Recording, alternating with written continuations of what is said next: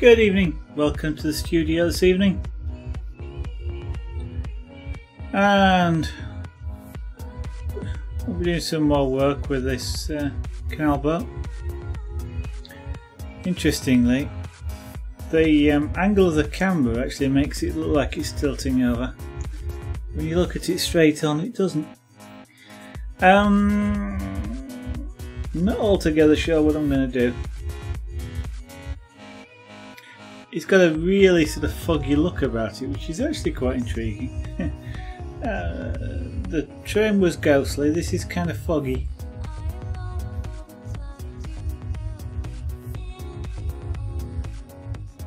So anyway, I do know I'm going to need some white paint. So whilst I think about what I might or might not be doing with it, I'm going to mix some white paint.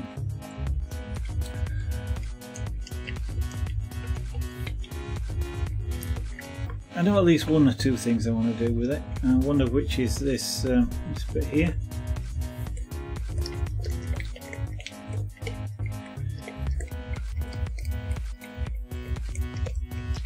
Ooh, excuse me.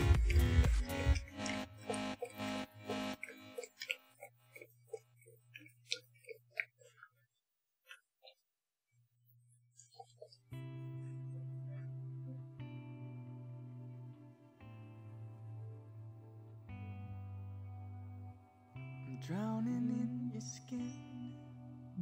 Okay. I don't know where I end and where you begin. I'm a little drunk. Girl, I'm hung up on your touch. Early on in the night, you said you were mine. Right, so paint and then reducer. 1, 2,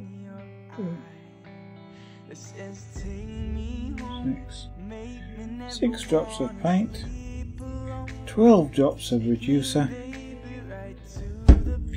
which I'm actually starting to run out of, I think. Yeah, I've got about half a bottle, but 1, 2, 3, 4, 5, 6, 7, 8, 9, 10, 11, 12.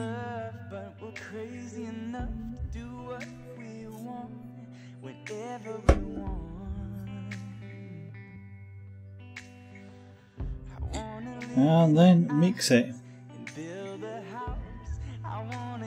So I'm using what is actually little shot glasses, plastic shot glasses. They work out about 1 or 2p each. Well, they did when I bought them, so I've got loads of them. And cocktail sticks. I also make excellent stirring sticks. The only thing I do is break the tip off so that I don't have a pointy tip. Right. That looks mixed well enough. Put that into the airbrush.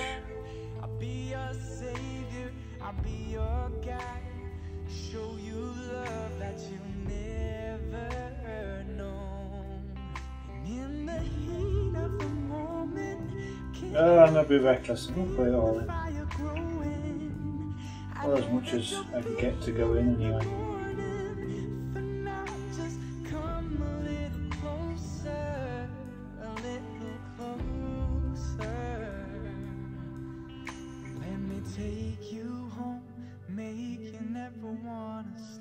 I'm kind of feeling a bit odd tonight, off, tired-ish sort of thing.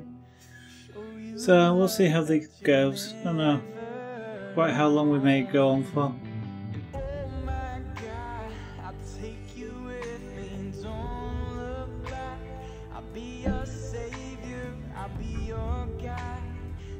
But for the moment, right. That wasn't good at all.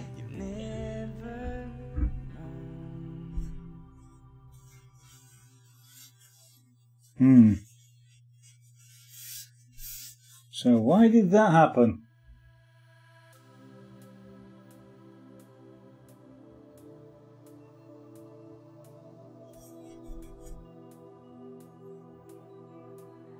That was really bad.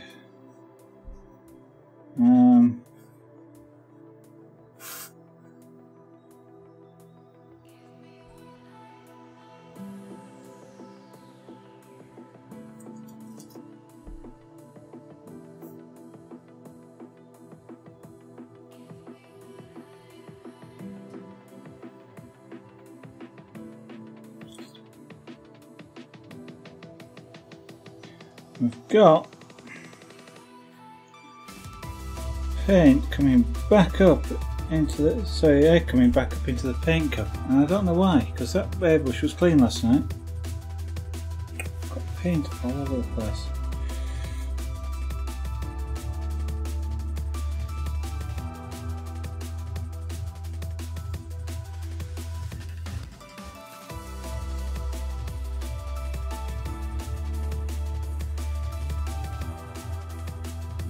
First thing, what little paint might be left of what hasn't come out of the cup, we'll just drop, yeah, about 3 or 4 drops of it left.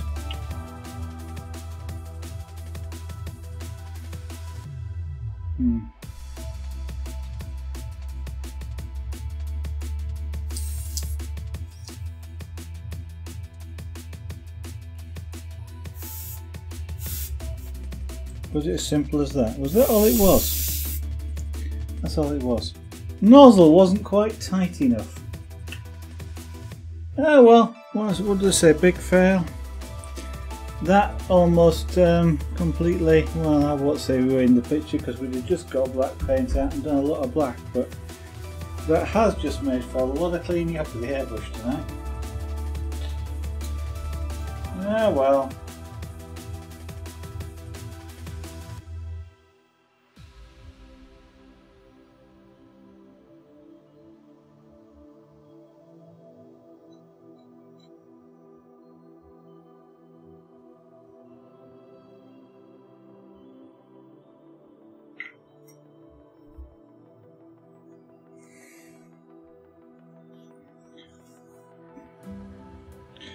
Right, okay.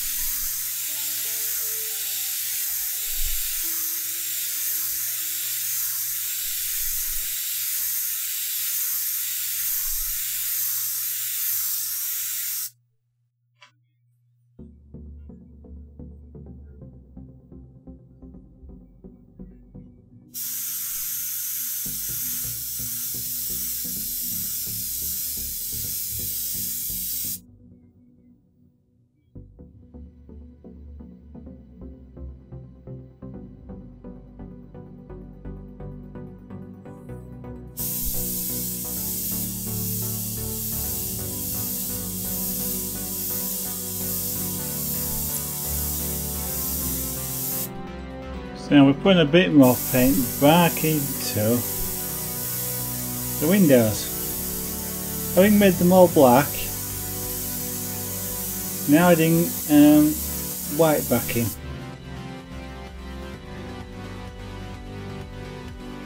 So they have a tendency then to look like they're reflecting something.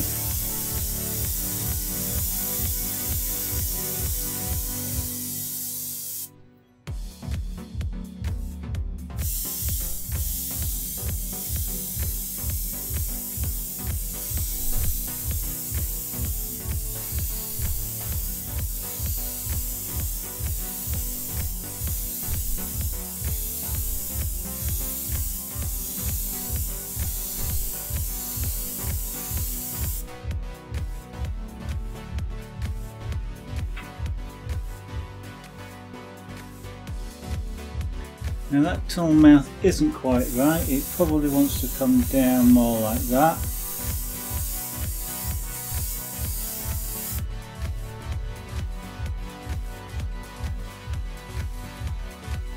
It does, but that's slightly at the wrong angle. Let's also dust some painting down here, like that.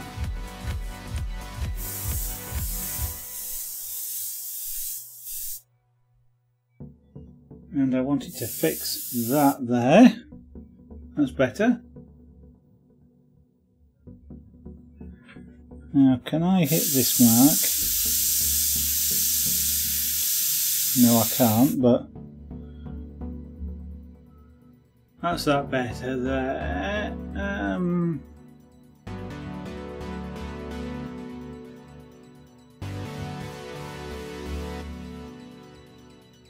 Okay, so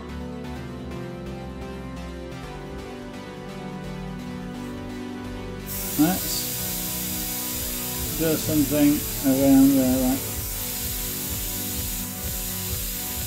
that, and a little, come on, sort of thing there, like that.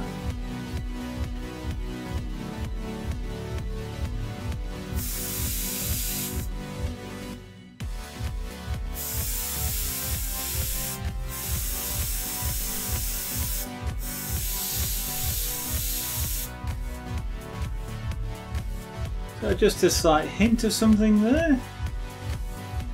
Looks okay. Let's tidy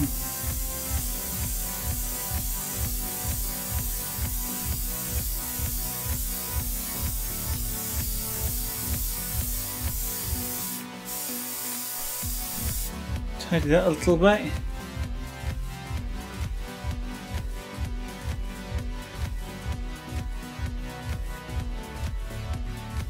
I had thought about putting something there, but I don't think I'll bother. Because I don't think it'll look good to do that. I do want to do something potentially with door there. I am wondering if I should. What I should do is a little bit of just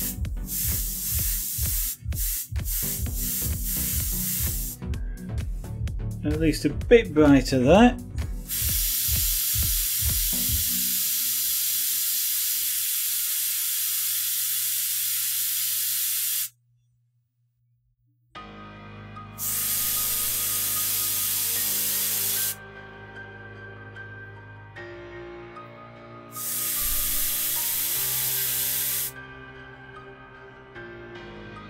So we're just getting a bit of a bright reflection off of that, that's fine. Do I want to do something window wise? I don't know. Don't know.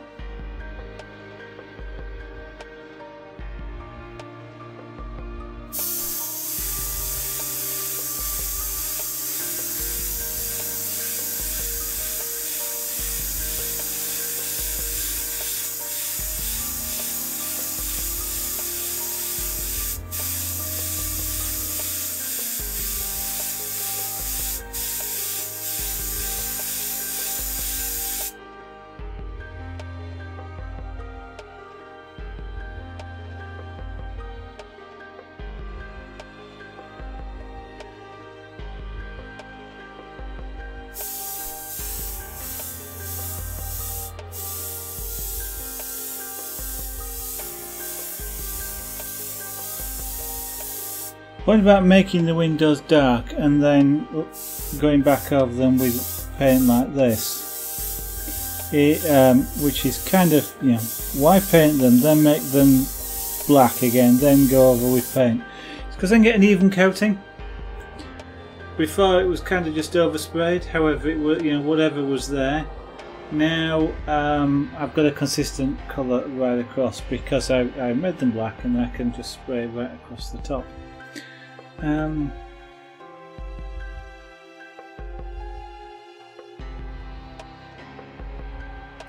Wolfie, good evening, hello. Thank you very much, that's kind of you. How's your game going? I saw you were streaming on Saturday.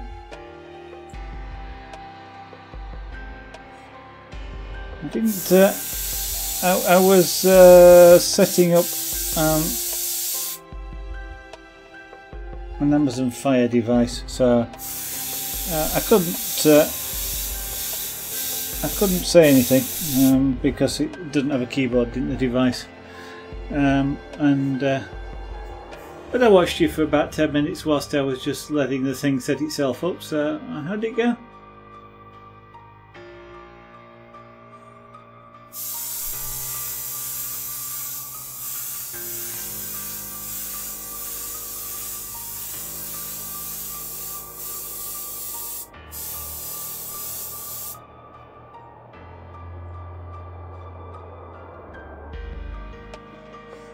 Yeah, my colours, my shades are a little bit off.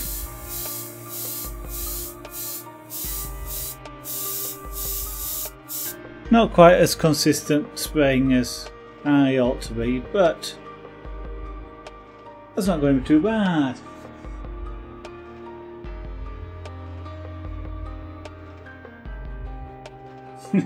Okay, I just caught you jumping the one out.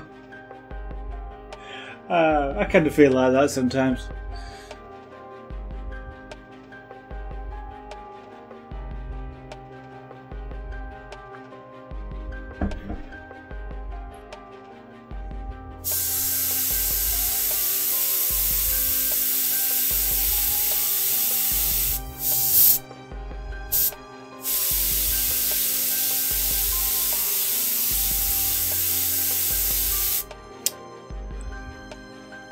Frustrating bit is when you're trying to just get a small amount of paint to come out.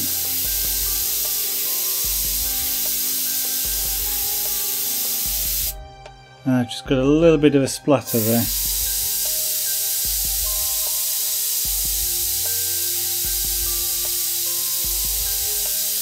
Oh, come on.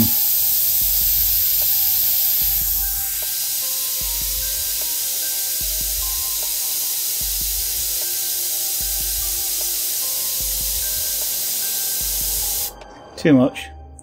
I knew it would be. It gets frustrating. When you're not on the picture, you can get the finest line, the lightest amount of paint out that you like. As soon as you come over the picture, it doesn't come out. Won't come out the airbrush at all.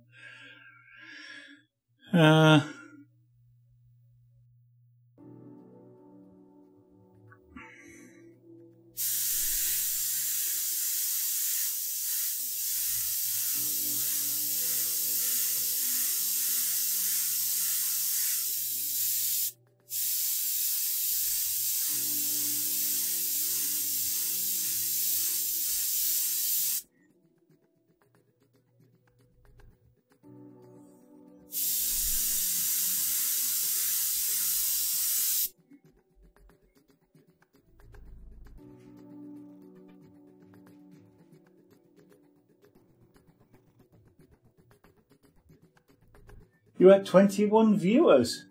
That is not bad going.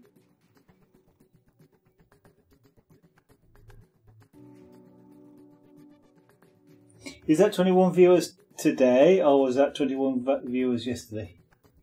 And you started. So today you started programming a do?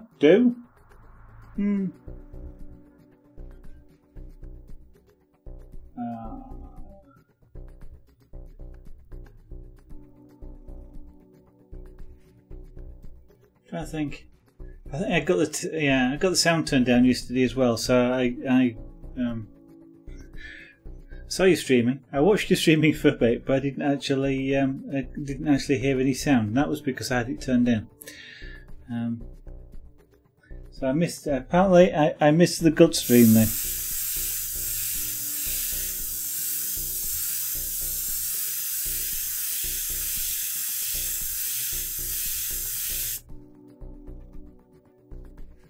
That possibly wants toning down a bit.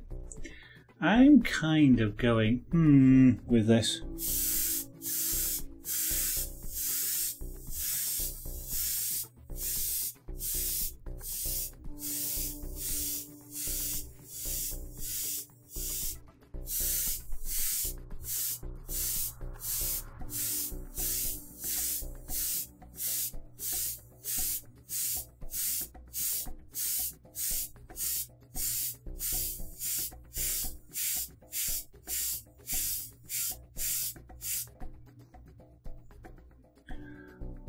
That's brighter than I want it to be, and I'm going to have to tone that down.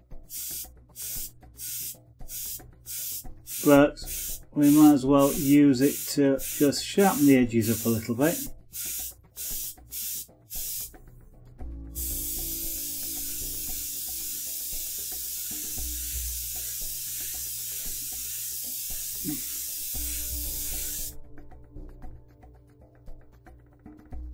Yesterday. Okay, you didn't do bad. I didn't stream in the during the day.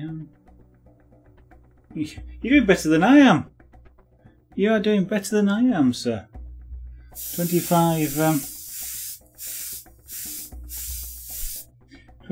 viewers is not a bad thing.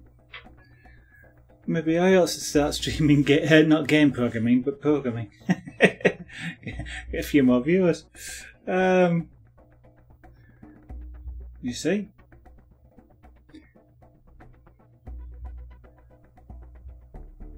All that concern you were worried about, and you got 21, 25 viewers.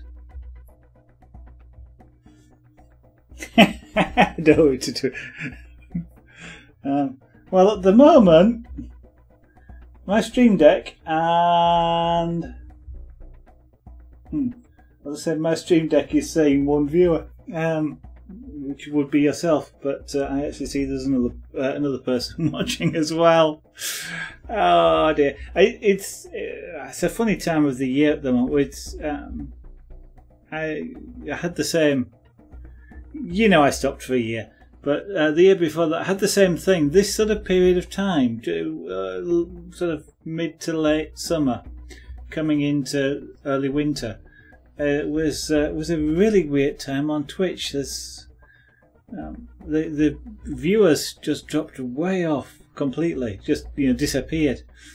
And as soon as we got back into winter, the figures ramp up again. But it's kind of a weird thing, and there was no sort of particular day either. It wasn't like on a Friday that you got one Friday you get 15 people, the next Friday you get 1, and it's sort of no sort of particular reason for it. Even not even taking into consideration whatever else might have been going on in Twitch, like tournaments or anything like that. Yeah, that bridge is definitely too white. But I do know I'm going to tone that down. I'm going to overspray it with black shortly. And I'm kind of... this has got a very much sort of... I was going to say it's got a very much sort of foggy look about it. And I am debating whether to actually do something about that. Because if it was foggy, you'd expect that to be foggy. And that's kind of dark, which is in a tunnel. So I could either fog that up a bit, or I can make the rest of this dark again. And I'm not quite sure what I want to do with that.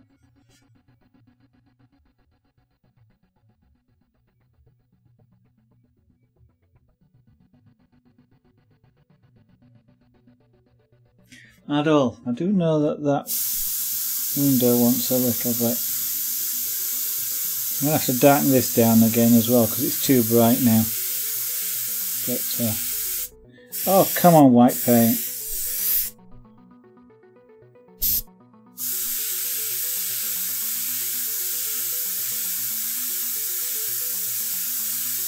Right at the start of this stream, I put paint in the cup and promptly blasted most of it straight out the top because I had the cap loose, needle cap loose, and that lets air back into the cup and it just shuts straight up. Went on, you know, luckily it went on a piece of paper and on my hand, but I probably shot a lot of the well, it probably dried the paint out quite a bit as well.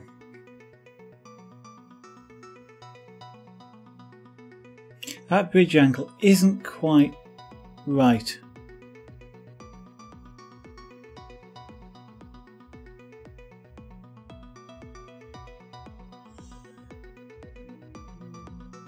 It's at the wrong angle, and I'm trying to work out what the right angle should be. Is it that way, or is it? I'm stood here. It's going to be like that. So I'm going to see a curve which should look like that is going to be that side. Okay, so I want to bring that up and down that way a bit more.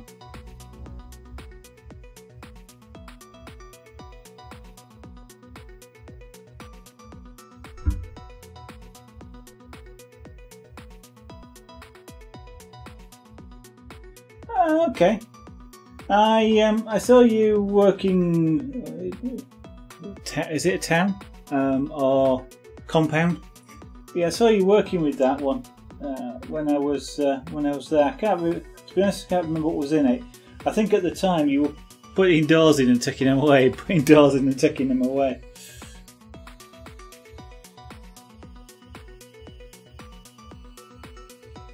So you're laying out. You know, you got a.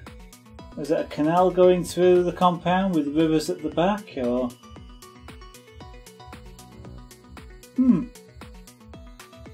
Interesting. And you see, you can post links.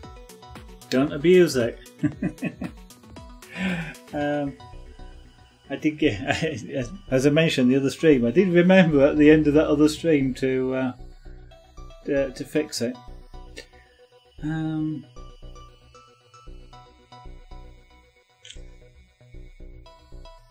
I'm not altogether sure I want to do a lot more with this. Let's fix some of the mistakes with that. Which is this bright area. That's a little bit too... do I want that sort of... It's a highlight. Do I want that? Nah. I don't really. I possibly want a little bit of more of a highlight just along the top here. He says, not getting paint to come out. There we go.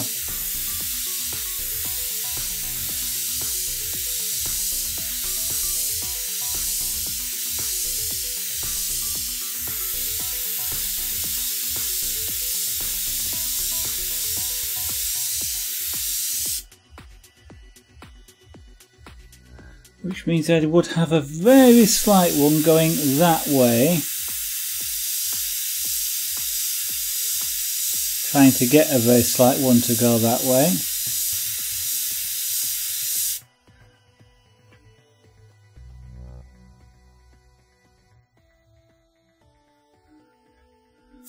I need to dust that in a little bit more, just across there. I'm getting splatter off this paintbrush. Oh, it's an airbrush. Nothing. Well, I suppose it's a brush and there's paint. There we go. Okay, I need to knock the top off of that a little bit. And yeah, okay. Do I want black in that background? Do I want black? This area here. I am thinking about whether to do something on here to add some sort of texture. to it.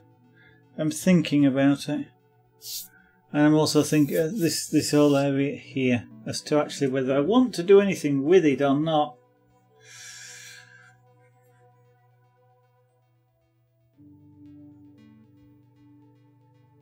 At the moment, it sort of gives you a slightly foggy sort of look, which the whole picture kind of has a foggy sort of look, which means it might be interesting to leave it as it is, which possibly therefore means that I should just dust that like that.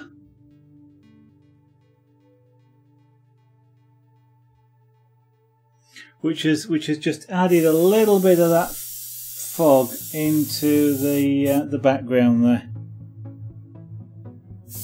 where the tunnel mouth is, or the bridge mouth is, so that it doesn't look too black. Because if it's foggy, of course, it will be foggy there as well. I'm wondering if those windows are just a little bit too dark.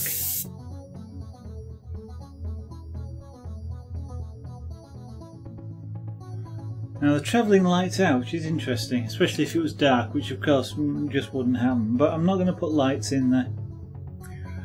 Mainly because then I'd have to do the interior, and I don't want to do the interior.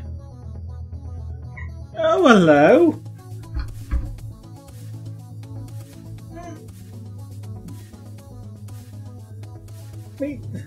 Meet the pussycat.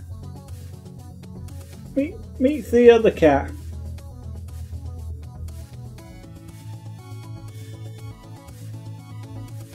You scratched yourself or something. You got a bump there. Yeah. A little bump.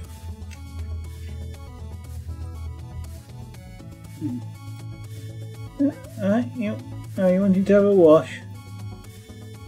That's my fingers. Okay, off you go then. There you go. He's just popped in to say hello.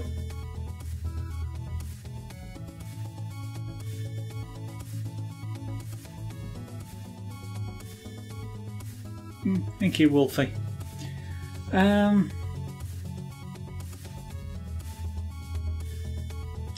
kind of pleased with this from the perspective of it was done completely freehand, which is how I've done virtually all of my monochrome airbrushing. I can't necessarily do it with colour. I don't know why. Probably because with black and white I can actually sort of erase it, and therefore I am less concerned about it. But it's done completely freehand. It's good perspective. It's okay-ish in sort of fading and sort of, you know, the visual cues and the shadows, and you know, the negative space. It's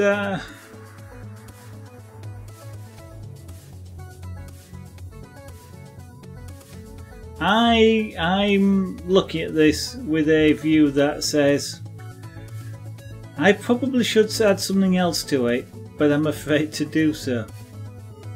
I mean, some of the things would be something like a tree or something over here, just in that space, perhaps overhanging. But I have absolutely no idea how to paint it. And the style of this says I don't really want lots of detail, and I'm not really going for fantastically sharp edges as well, which is this, as I mentioned probably yesterday or the day before, it's a complete departure for me. Usually all of my stuff, I mean, when you kind of look at an early one, which was that, there's a lot of detail in there, surprisingly. I mean, you've got the details around all the panel lines, that's on here, the sharp edge on the windows, the fact it's transparent paint, the details. I've got a hole in it there. How have I got a hole in my painting?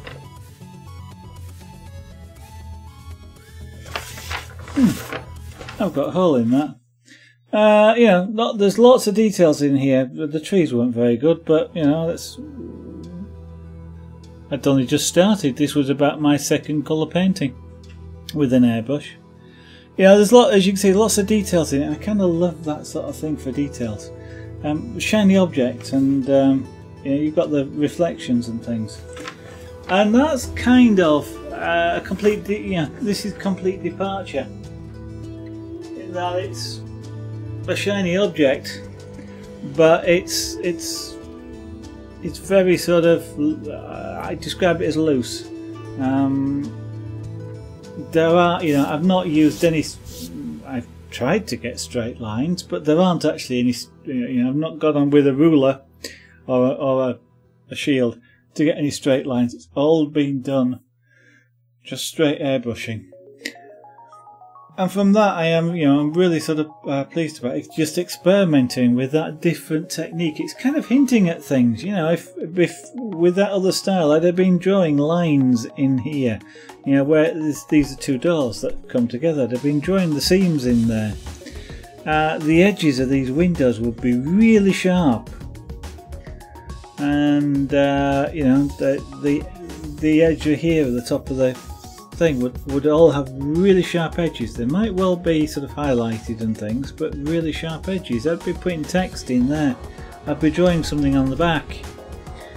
And water, I've got no idea, because I still can't do water.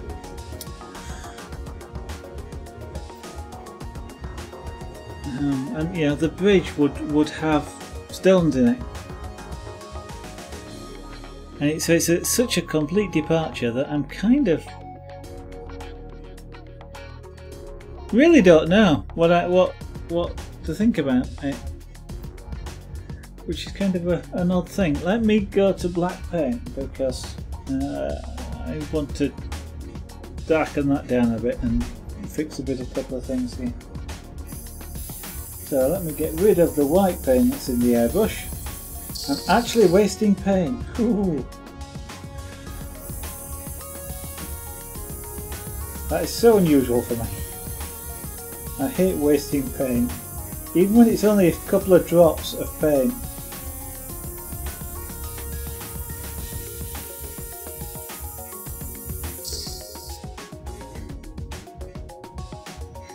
So let's give this airbrush is completely inside of the cup is completely covered in white paint, because it just blew back because I hadn't got the needle cap on properly.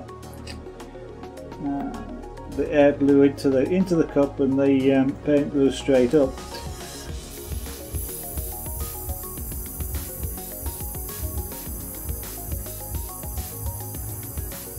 So all I'm doing here is just spraying into a cleaning cup, which is a really neat device for people with airbrushes. And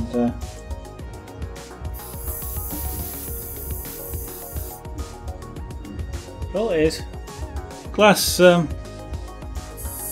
cup with a hole in the top, well, two holes in the top actually. One you stick the airbrush in, and the other's got a filter in it. And the filter is just there just to stop stuff coming back out, because if you're blowing air into it, it's going to have somewhere to come out. And you don't want it to come out around the airbrush, because you cut the airbrush in paint, as I found out before now. If you don't push it in far enough, it comes back out. But you don't. If I take that the filter off of there, then I get paint blasting straight up, which I don't want as well. So the filter stops the paint coming out, and then, if you like, condenses into the bottom of the glass. And at the end of the night, I just rinse the whole thing out.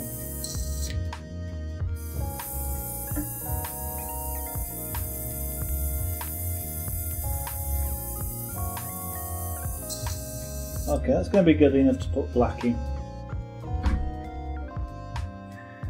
It certainly wouldn't be good enough to put white in, but black will be okay. So I have another mixing cup for black. I reuse these as well.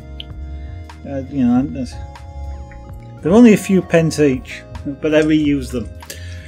And I keep reusing them. I try and reuse them for the same colour, but once its paint's dried, it doesn't matter a great deal, because it doesn't tend to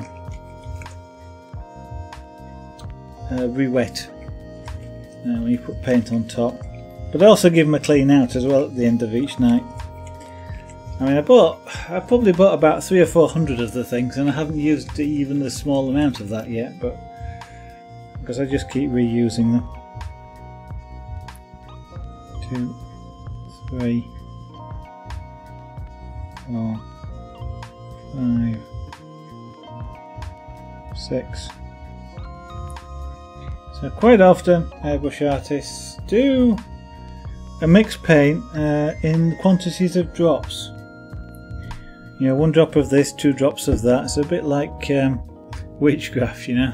Eye of new, toad of frog or whatever. 1, 2, 3, 4, 5, 6, 7, 8, 9, 10, 11, 12. And you can actually get half drops as well, which sounds daft. How do you get half a drop? Isn't half a drop a drop? Well, not quite, because it doesn't drop.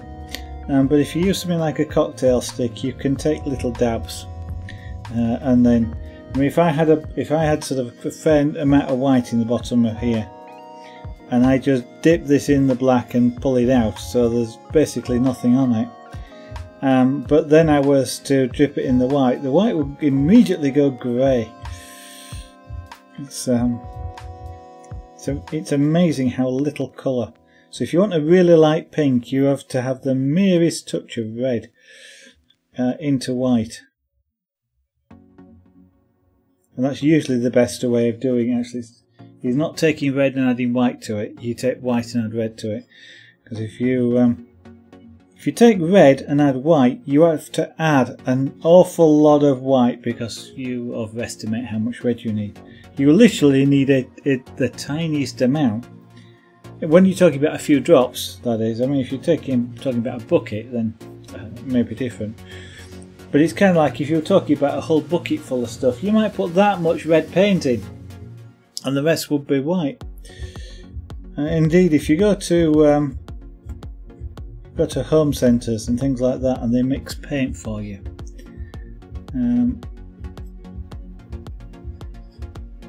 Interesting. They add what they call tints to white, which is interesting because it's actually the other way around. What they're actually doing is tinting the colours with white, because tint means to add white in paint. Shade means to add black.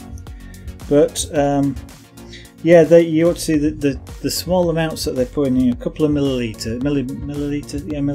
of colour into sort of 2 litre tins, and you get, even then you can get quite strong colours out of it. So it's amazing how far pigments go. Right, so we'll pour this black in to the airbrush, and we'll pour it all in.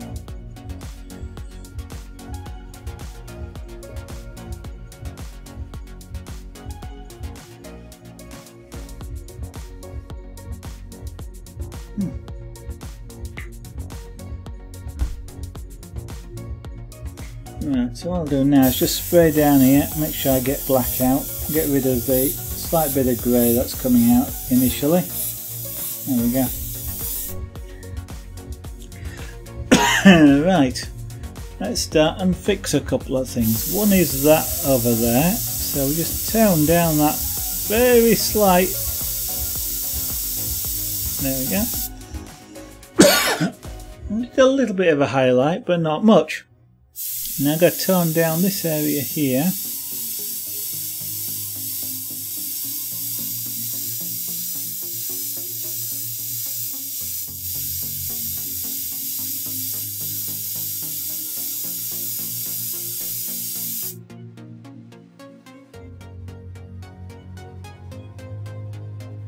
That's not bad. and there was a bit up there which was slightly out, so we'll do that like that. Yeah, and a little bit of overspray up there, so we'll just do that. Yeah, I would do that, wouldn't I? Went a little bit higher than I wanted to. So what we'll do is we'll cheat, because I don't necessarily want to put white back in. We'll just do that. Raise the other one to the same height. Now I've got just a bit too much of a white there. Let's just tone that down a little bit. It's looking a bit too white, so I'm actually working here. There is a cat mewing. What is it? Oh, it's Theo and Junior sat together. Mewing was Theo, if you heard it. Still a bit too light. There we go. And I want it to tidy that a little bit, just across there, because that was a bit thick. Being careful not to make it too dark.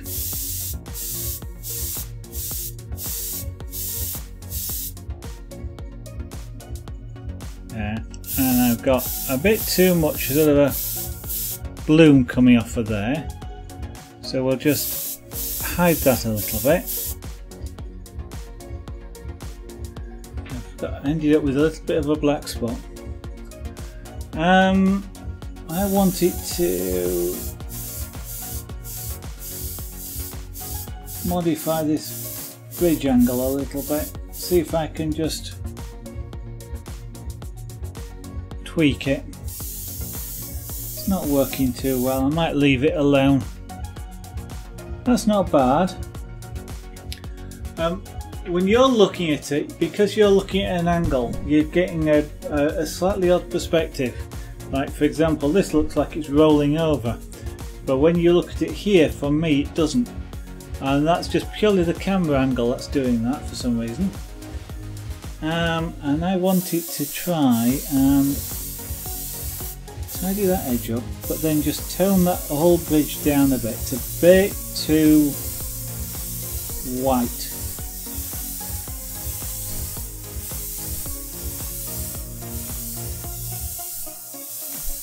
Now I am making it slightly grey, but that's not excessive for what it's not a problem for this. So I'm working quite a long way away, so I get quite a diffuse spray of black paint coming out here. That way then I don't get any sort of lines, it gets an overall sort of just it's a bit like newsprint with dots. You know, I'm getting lots of little black dots on there, so you don't see them, but what it does is it just tones everything down, and it now looks a lot less brighter than it did before. But I've just, you know, because of the really random but consistent spray of black,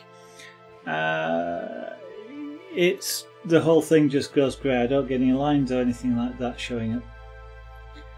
I am a little bit, that area just there was a bit bright. We'll just turn that down. Now then, the question is, do I want to do anything with that bridge? Do I want to put any form of suggestion of detail on? And is that going to look stupid if I do? Because I think it might.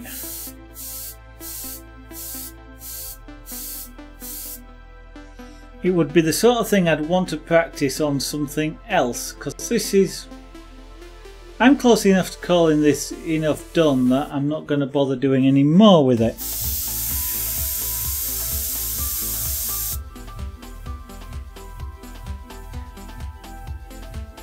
And at which point do I want to sort of potentially mess it up at this point? Because the answer really is I don't want to potentially mess it up. So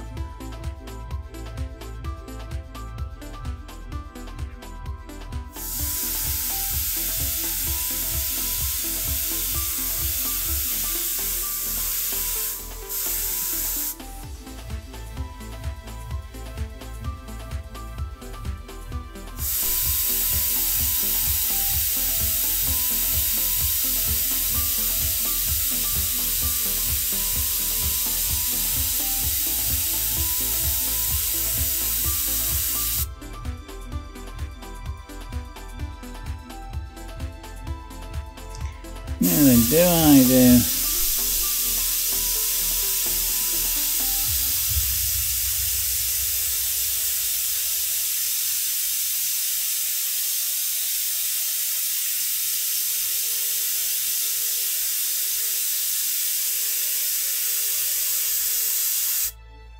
There we go. Oh, you can't see that. I can. So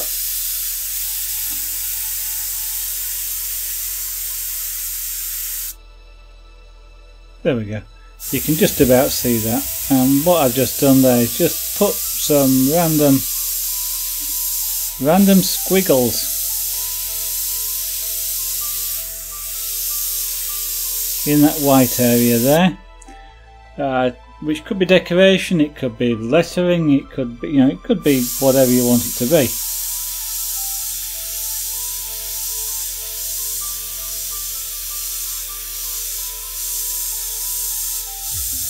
What it actually is, we'll leave up to your own imagination.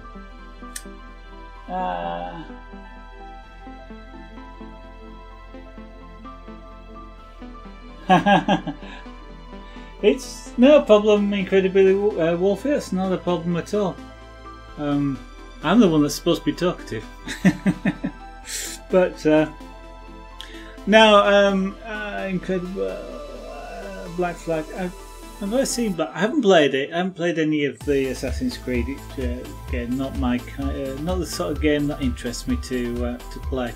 I've watched a couple of people or so play it, but not. I've not actually played it myself. And I'm thinking Black Flag. I'm not sure about Black Flag, but the Assassin's Creed set of games. And I find them interesting enough to watch, but not enough to actually play.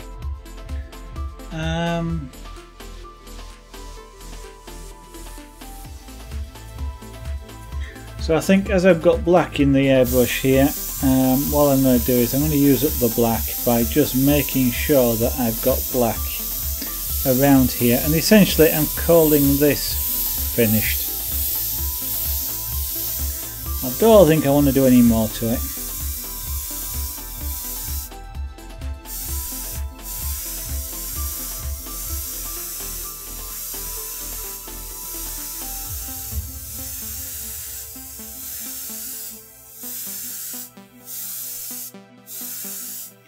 Again, it's a style, and I think I've enjoyed doing it, but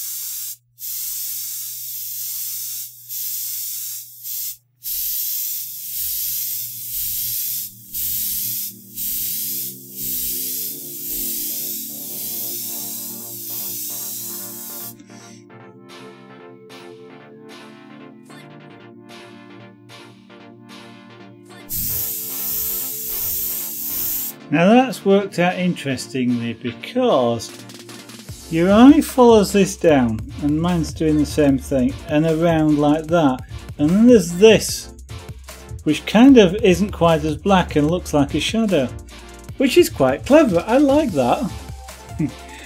It was accidental, sort of. I thought there should be a shadow there, and to be honest, I can't really see much of a difference. But it shows on the video, and I know if I stand back it's going to show the same thing. I'm wondering whether this edge ought to be a little bit sharper, but there again I have just spent the whole of this painting not having sharp edges. So, and it would in practice be a reasonably sharp transition from the water to the hull of the boat. They're not going that fast that you're going to get all sorts of, mist and things. Equally, they're not going that slow that it's a dead, mill pond, dead still. But it's, I think it looks okay. I don't think I'm going to do anything with it. Yeah, I'm just gonna make sure that the black just around these sorts of area around here is black until I run out, and then we'll take this off the board. That's something I've usually done off stream. I'm actually going to do that on stream tonight.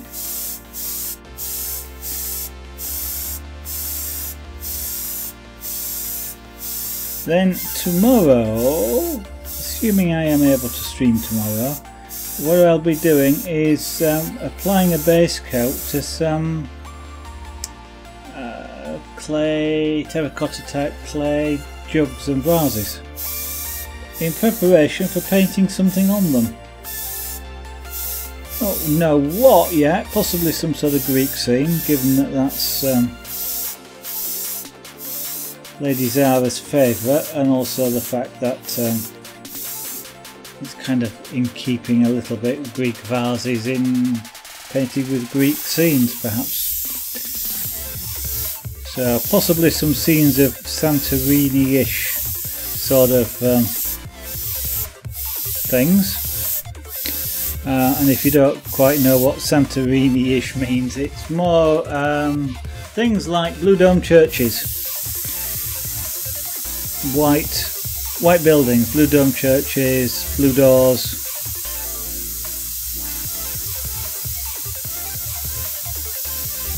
That sort of thing.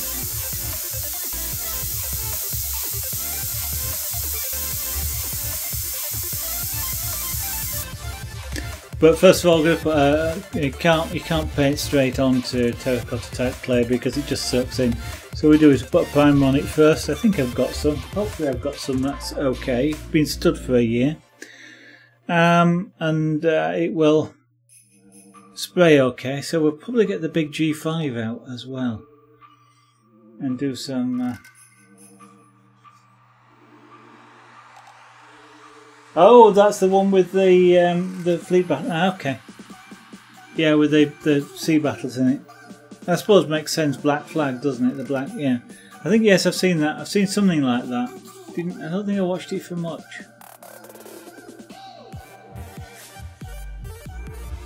I can't remember if that's the whole point of the game though.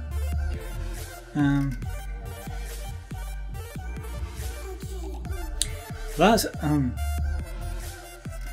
to the camera, that looks too black.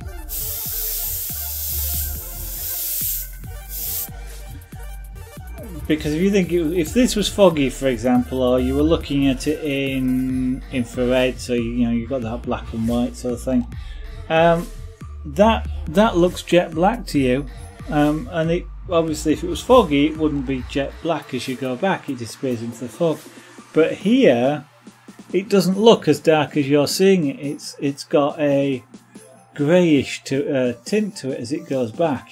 Greyish tint. I don't always use the words correct, but a greyish tint probably is the right word. So it sort of looks foggy as it goes back here in person, but not on screen. The camera again, that contrast on the camera. Have I got any ink? Yeah, I've got ink left. Ink. You can actually spray with ink actually, and of course that's precisely what the cartoon type artists used to, because they used to use airbrush for that. They used to do it in ink, and also your original touch-up artists, the original airbrushers, they'd use inks.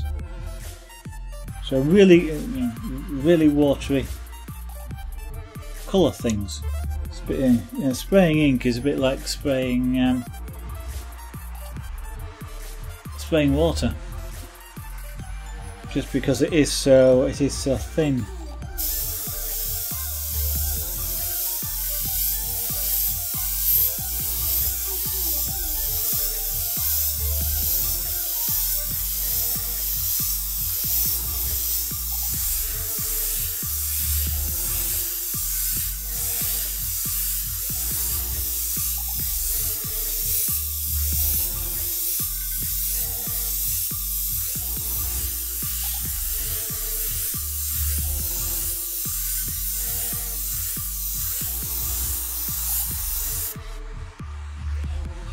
Right. I could continue to spray this black. I'm not going to. I'm going to spray the black into the paint pot or into the waste pot. So that's waste gone. Give it a quick flush.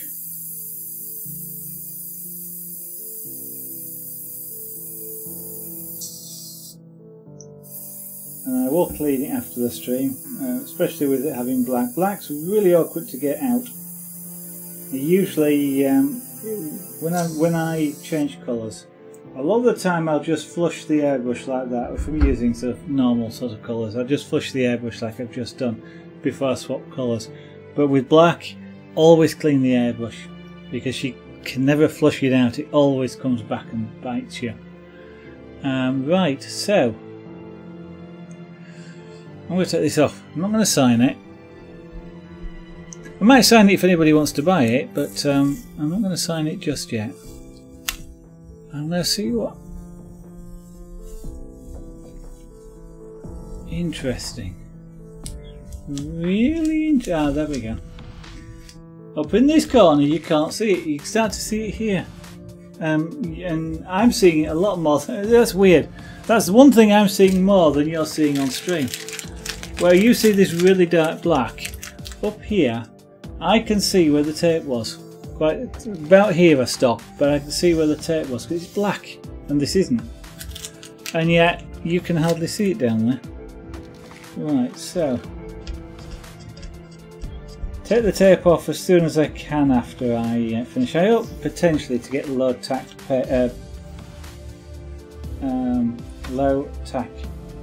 masking tape. Actually I do have some, but low tack masking tape is really expensive. And you know, I'd go through quite a bit of it. And if you were to mount this with a mat, then you cover up this edge. So all that happens if you leave this tape on too long is it pulls up the surface of the paint. Not paint, paper. And sometimes you can tear it slightly. But 2 or 3 days is usually okay.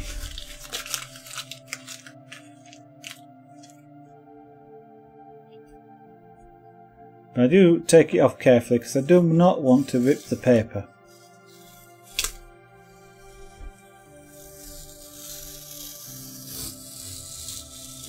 Now, one of the fun things you can sometimes do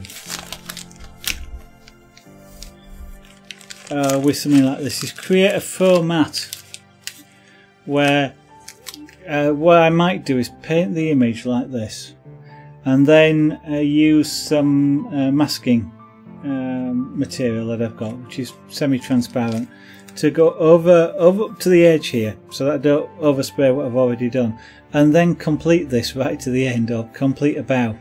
So you then do something on the end of it. Now normally what you do is you actually take a wider strip to start with, and then sort of just go over the edge till you get to a real mat. But then what you get then is you get an effect that looks like a two-stage mat, which is quite a common technique when they're framing pictures. And your image goes over the edge of the first mat, so it immediately gives it a three-dimensional look. It's coming out of the paper or the canvas at you. It's a fun technique if you don't overuse it. So it's the sort of thing where you might do a plant and you just put a leaf over the edge, and it completely throws people out in their perceptions of it in terms of three-dimensionality and things. Bubbles the monkey! Hello! Yes, you can. I mean, the other thing that I do with, or can do with masking tape is just dot it on clothes like that.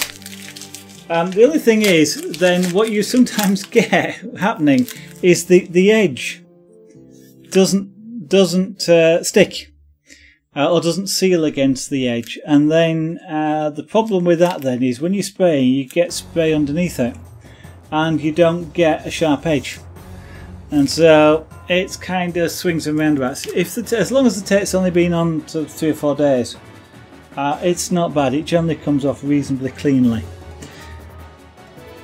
But if you leave it on for about a week or so, then you've got to be really careful. I mean, the other thing you also tend to do is to sort of run your finger down the edge of, or something, a burnisher tool down the edge, just to make sure it's pressed against whatever. You do that with the masking materials as well, to make sure the edge is sealed. But now you, as you can see, you've got the frame already here, so I can just put this under glass, for example, without needing to actually put a mat on it.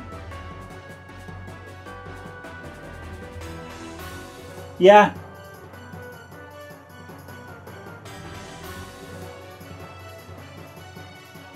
You have to leave it on a long time for that.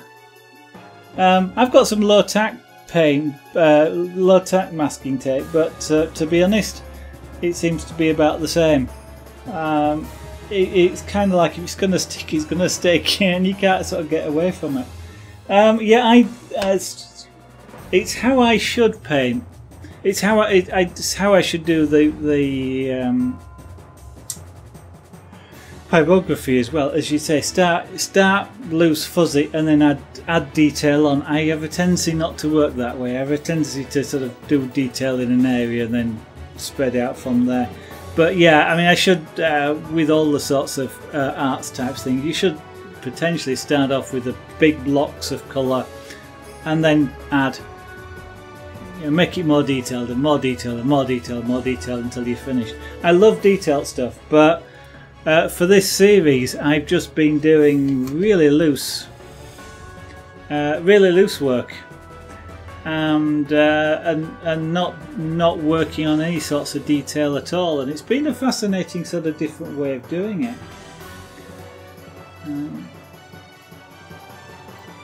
Masking tape. Okay, I'm just trying to think. I did once leave. I think I did once leave masking tape on with white paper for about 6 months. One thing that I just did not want to finish, and they took me something like about 2 hours to get it off, because it was kind of like peeling it really, because it was, every bit of it was sticking. The stick had soaked into the paper. It was ripping the top layer of the paper off. At the end of it, round the border, looked horrible, and the only way to display that is with a mat. I think it's in my portfolio somewhere, but yeah. That took ages to get off. What I find happens with this is it actually catches, it rips on the edge rather than the surface of the paint most of the time. But I'm calling that one done. Again, really completely different style for me. I don't know if I am sort of changing. I don't know if you were around earlier, Bubbles, but when I was talking to Incredible Wolfie, this was one of my very early airbrushes, and you can see how the way I like the detail on it. And that's kind of how I mean, I wasn't very good at it. I mean, the trees are terrible, but the object itself, the train itself, isn't so bad. And but I kind of love the details, and this wasn't as detailed as I wanted it to do. But back then, it's got a hole in it. Back then, yeah, this had been on the this had masking tape on it for a long time as well. That's got a rough surface. Back then, I wasn't very good. I'm still not that good, but I wasn't able to do any more detail than that. And interestingly, with this series of monochrome, I've gone the other way. There's next to no detail in it.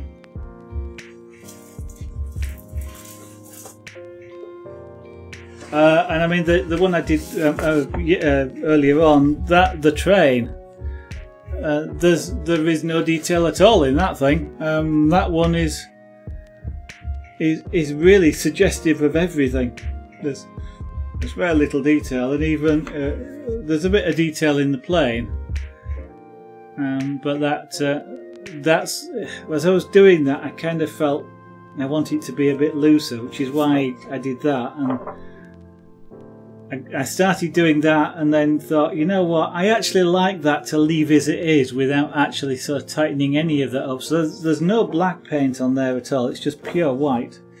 And this one was sort of halfway between.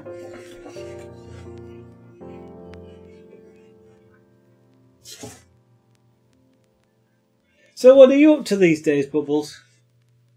I've got a feeling you told me the other day, but I'm getting old. The blurry one looks like a fancy lighter.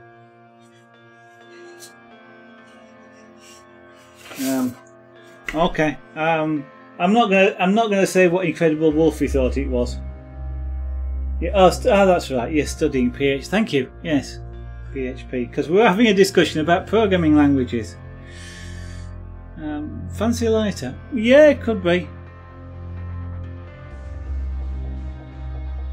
I totally got the angle of that wrong, but it doesn't look as bad as it looks. The camera is nice, but it's picking up too much contrast. So you're seeing a somewhat of a more contrasty image than actually it looks here. This is kind of more of a ghostly high speed. If you imagine seeing having a train go past you at 300 miles an hour, and you took a slow photograph, that's kind of just captured the blur almost without being a blur. I tell you what, what this kind of reminds me, and I didn't realise it until probably over the weekend. I was thinking about probably that one in particular. X-rays. It's a train, but oh no, well, what did Wolfie think? Gun barrel, sort of. Let's say he had more of an adult thought image in mind when he said it. Yeah, I was. I thought it's. I don't know if you've ever been in an X-ray department in a hospital. They quite often have, and I don't know if they do it themselves, and it may well be some. Actually, I must ask somebody, because I do know somebody who was a radiographer, whether they do it to practice. But you quite often see images which would appear to be X-rays of flowers. So you might have like a long iris or a rose, and it's an X-ray of it. So you've got what's a ghostly see-through image, and that's kind of what we've got here. Yeah, indeed.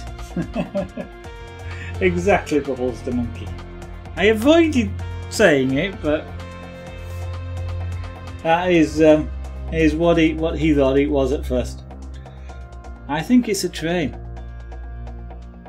I guess it shows your state of mind, really.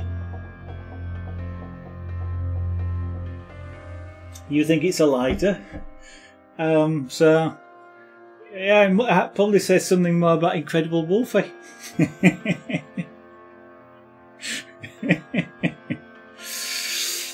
And so the kind of the idea came to me over the weekend. Maybe what I'll try doing tomorrow, I'm going to do. Let's grab one.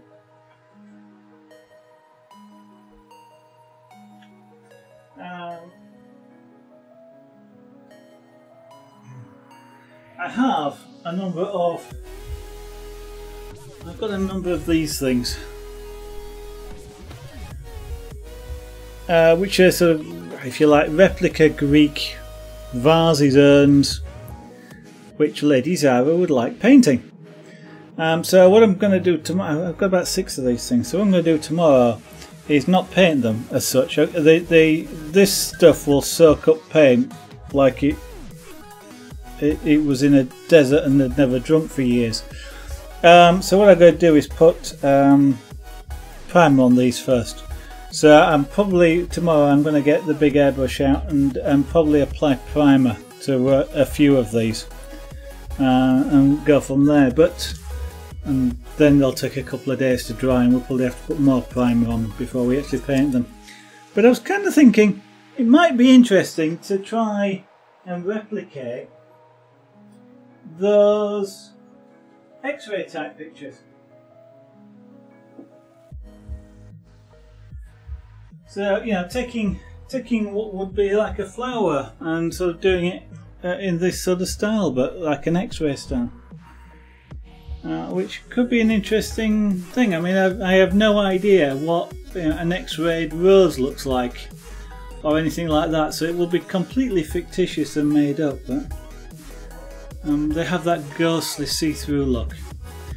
And I'm trying to think what else, you know, typical flowers, such, or even other sorts of things that could be done like that, you know, hand painted X-rays.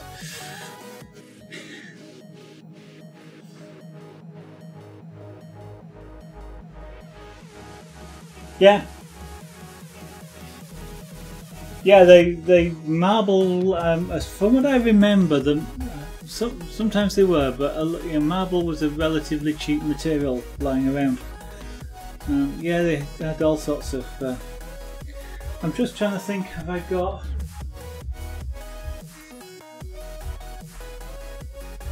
Have I got? I've got one around. Where is it? Oh, I know where it is. I think.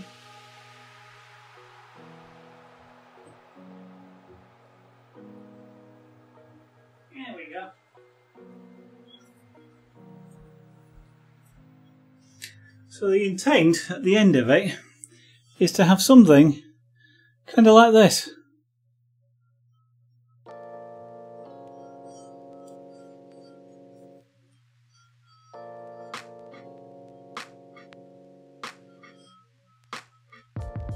This one was done a few years ago now, but that's kind of the intent. What to do with the with them when they've been painted.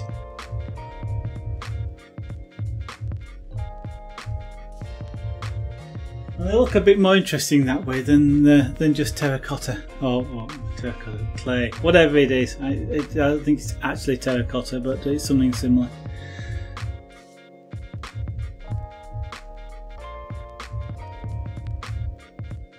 I see. Interesting. So the interesting comment was, I'm looking at my computer. I've got the view from this camera on one monitor and the broadcast picture on another monitor, and the two look different. And yet this camera is the image that's going out in the broadcast, so it's just the two monitors are different. And the one that's not showing as good an image is the, well, I suppose it could be true, is the colour calibrated image monitor. I've got a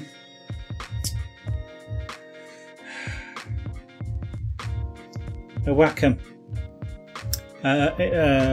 Wacom 24-inch screen, which I use when I digitally paint on things like that, and it's colour calibrated, or it was colour calibrated. I should do it again. And interestingly, it's showing a less contrasty image than the other monitor, which hasn't been calibrated at all. And I'm kind of looking. I like the non-calibrated image better than I like the calibrated one. But such is life. Right. Yeah. So yeah, I'll have to think about what sort of X-ray type things I could do, because it's an interesting idea. Now that does then have to be sharp, of course. So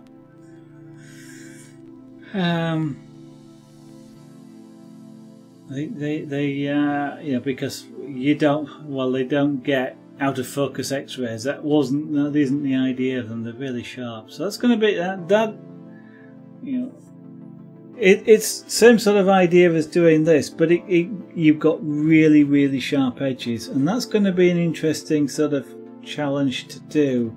One of the things I probably will have to do that is to use some of the tools. So shields.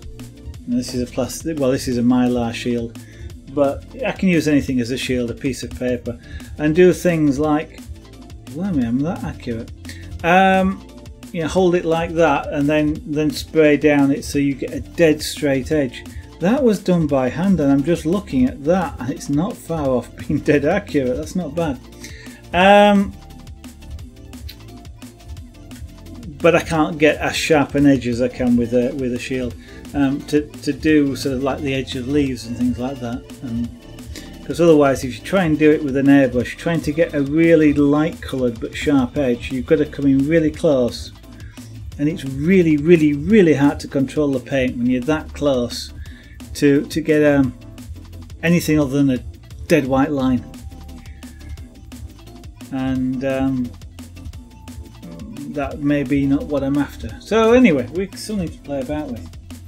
Right. Unfortunately, I have finished.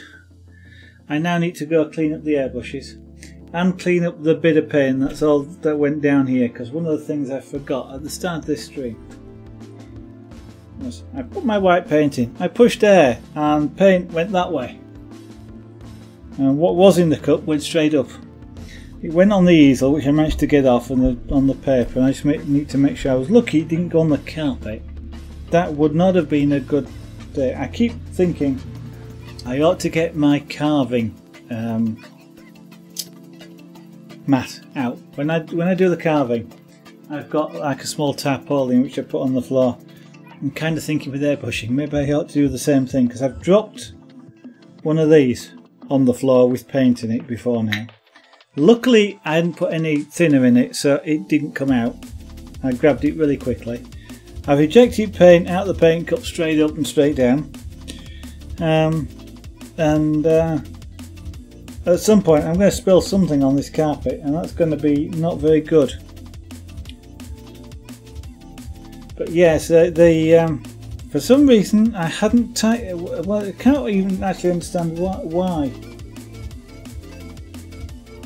I was going to say, what the thing that caused the paint to eject is this was loose. The needle cap was loose. And what happens then is air can get back up the tube which the paint comes out of, and it indeed did that and came out the cup and blew the paint with it. And all I needed to do was tighten it up. But last night, when I clean out an airbrush, the last thing I do with it is make sure everything's tight. I put water in and spray air, or just let air through, and I look for bubbles. Not you, Bubbles the monkey. I don't think I'd find you in there, but I look for air bubbles. That's probably your friend, I guess. Sorry. I'm feeling a bit way out tonight. But I look for air coming back up into the cup, and if there is any, then it's not clean, or something's not tight, or usually it means it's not clean, so I take it apart again and clean it and what have you. And I know I did that last night because it's something I always do. It's part of the routine to make sure it's properly cleaned, is to do that, and I didn't get any. And yet tonight, first thing I did is put paint in, and bang, I ejected it upwards. But anyway, so I will probably spend about another 20 minutes after the stream cleaning this. You don't really need to see that. I mean, if you really want it to, you can put a message in chat and I'll show you how to clean an airbrush, but it's a necessary part. It's like a lot of crafts, you know. It's a boring but necessary part about it. When you're doing it yourself, you kind of don't necessarily notice. Although if you're feeling tired or want to go get your tea, or there's a pizza waiting, then you kind of don't really want to do it. But it is kind of one of those jobs that has to be done, because if you don't and paint dries in the airbrush, especially if it dries in the nozzle, that is one heck of a job to get clean. And dried paint, even if you kind of do get it clean, any tiny little specks of hardened paint that you've left in there that happen to come loose in the future lodge themselves in the nozzle, and then you've got another 30-40 minutes cleaning out the nozzle. The Friday night after the stream, I spent an hour and a half cleaning the nozzle. It just would not, it didn't feel clean. And daft as it sounds, you can feel it. You feel the way the needle goes into the nozzle, which you can tell means whether it's clean or not. It's got a sort of a slightly soft sound off. The feel of the sound that you don't hear is soft. It's about the best way I can describe it, because as you slide the needle in and it comes to the end, there is a noise. Can't really hear it, but you can sort of feel it ish. Sorry, it's one of these things you kind of got to experience, and once you experience it you probably will understand what I mean. But it didn't feel right, shall we say. And the only thing that you can use to clean out a nozzle that small is the needle that goes in the middle of it, and it really is a case of very, very gently moving the needle in and out, and very slight angles on it to try and dislodge whatever's in there and get it either to come out the back, out the big hole, which is about 1 millimetre across, or out the front hole, which is 0.15 millimetres across. But either way it comes out, it has to come out. Otherwise it just, the only other way of dealing with that is you go and buy another nozzle and a needle, because usually they're a matched pair with good airbrushes like this. For the less critical airbrushes like this, you can just buy a nozzle or a needle, but for the really finely tuned ones, that's the better way of describing the finely tuned ones. This isn't that finely tuned, but for Iwata there's a series called Micron, for example, which are and then some that at least one person used to take them and tune them further, but your nozzle and your needle are a matched pair, and they kind of, if they're not, don't work as well if you don't get a matched pair. Anyway, that's it. So tomorrow night, undercoating, base coating, putting primer on jars. If we get through that fairly quickly, I don't know. Probably just do something to fill in, or end the stream early, but I've got 5 or 6 jars to do, so it'll take some time, even though we'll be blasting paint, which is kind of fun. So I don't know when I'm going to get the big. I don't know if I'm going to use this or I call it the big G5. It's an airbrush which usually gets used with on cars and things for doing detail work, although they do use these sorts of things as well. But I might get that out just because it holds a lot of paint and throws a lot of paint onto things like that. And after that, I don't know. So we shall see what happens tomorrow night. I'm going to remind anybody that's watching about the blue box at the bottom right that's stuffed full of URLs. Hopefully you can see all of them. With Twitter at the bottom, Facebook at the top. They're the usual sorts of Twitter and Facebooky type things. YouTube is gradually getting all the old archive uploaded. So if you want to see some of the first broadcasts, I've got better. But some of the first broadcasts, there's some interesting carvings going on. Ruth the Dragon, I think, is currently uploading at the moment. Some Punchcraft. I think I've just uploaded the quadcopter that we built. So yeah, they're gradually getting the archive is gradually getting uploaded, very slightly quicker than them creating new ones at the moment, which is at least means I'll get through it eventually. So if you want to see that they are in real time, I think there's one time lapse on there. I will put time lapse up of things, but they're not there yet. So if you want to see them, then. And of course I will also point out the Etsy link. There's everganart.etsy.com. All the jewellery that you've been seeing in this box here, like the stuff I'm wearing, is available for sale. So if you'd like, potentially like to have any of those for yourself or as presents, I think they make nice presents, but I would, because that's why I made them in the first place. They are available for sale. It's coming up to Christmas as well. Get in early. Get your Christmas presents sorted. Yeah, that's a beadwork, and that's a stretchy bracelet. I'm kind of I've forgotten how many images are in that roll now, but I kind of surprised myself just by how many different weaves and things that I've done over the time. I think on the shop there's at least sort of 40 plus different things available. But anyway, so I hopefully will be on again tomorrow evening, somewhere between 1900 hours and 2000 hours British summertime, whilst it's still British summertime. At the moment that's going to be 1800 to 1900. That's the start time, by the way, sometime in the hour GMT, where we will blast some paint. Thanks for watching. See you in the next stream. Bye for now.